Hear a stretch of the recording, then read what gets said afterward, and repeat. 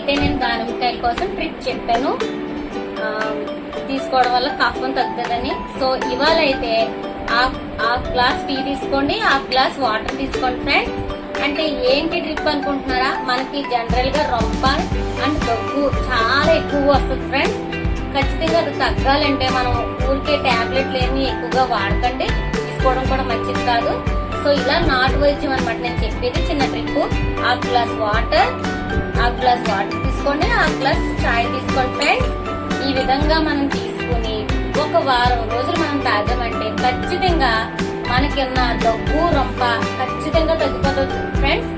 Next try చేయండి.